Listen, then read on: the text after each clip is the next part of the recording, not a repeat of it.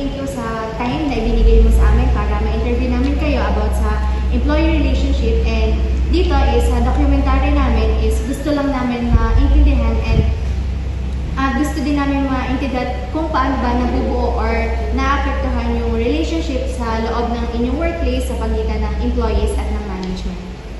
So, bago po tayo magsimula, maaari ko po bang malaman ano po bang position niyo dito sa inyong workplace? So yun, position ko dito is Pollution Control Officer po. So, mag-i-start na po ako magtanong about sa employee relations. So, how would you describe po the working relationships between the employees and management lang po dito?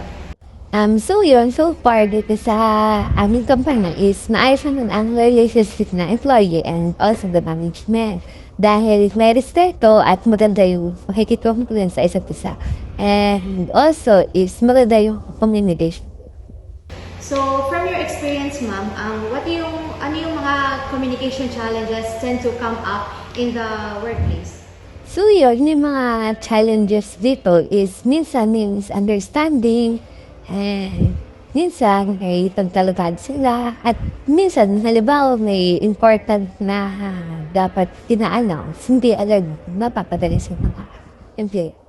Pag nangyayari po yung mga conflicts, how are the usually addressed or resolved? So yun, kadalasan ay syempre, una is kung sino yung topic involved, yun muna yung nag-uusap. So kapag hindi nila napag-usapan ng maayos o hindi nila na-resolve sila lang dalawa, syempre, lagi mamamagitan ako with supervisor or the manager. So, sunod ma'am is what are the practices or approaches helps maintain good relationships among the employees po?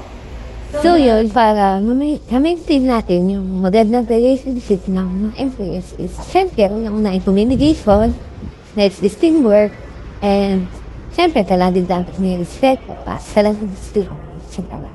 So, paano po kayo nagre-respond kapag po nagre-raise po ang employees ng concern nila or ng feedback po nila? So yun, unang-una, kapag may mga nag-raise ng concern, ay di ipapatawag yung tao na may concern, then pag-uusapan namin kasama yung supervisor namin, and kapag hindi naman namin nagagawa ng solusyon, inaatas namin yun sa meetings.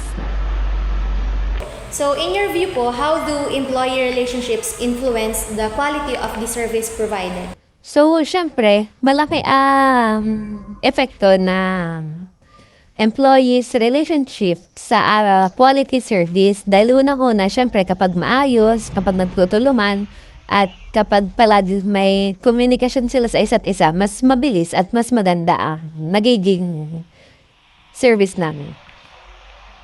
So, pwede po ba kayo mag-share ng isang situation where the employee moral had an impact on the customer experience? So, katulad nung last night, dahil nga yung aming way dito is una, pupunta, may checker kami, may radyo man. Tapos, may isa kaming customer na gusto magpakalahig. Kaso, yung operator namin is masama yung loob sa kanya. So, parang dahil nga ganon, medyo nagkatalo sila. So, pero ang ending naman, kinausap naman yung aming security or monitoring na limas.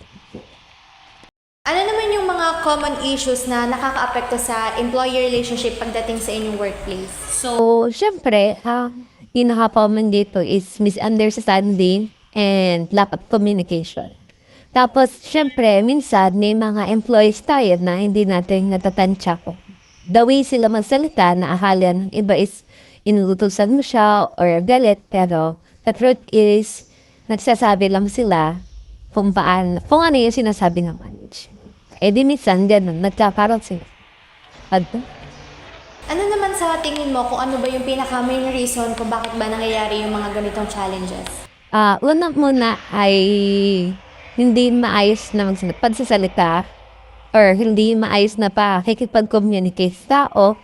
And siguro, minsan, dahil may personal problem ka, and also, minsan ay tapon laman din siguro ng manager. How do these issues affect po the teamwork, the productivity, and the overall performance? So, syempre, pag may mga isyong gano'n, is maabala ang trabaho, may magkakaroon na mababang teamwork, so hindi magiging maayos ang performance. Okay. How have your experience naman, ma'am, with your employee relations affected your motivation at work?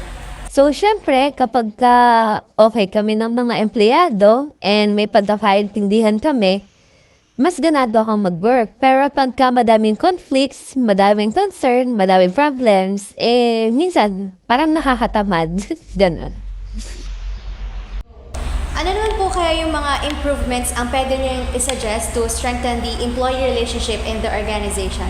So, ang ginagawa namin is may weekly meeting kami. And may team building kami ginaganap every December. And also, syempre, una muna sa lahat is pantay-pantay pagtrato ko sa mga empleyado.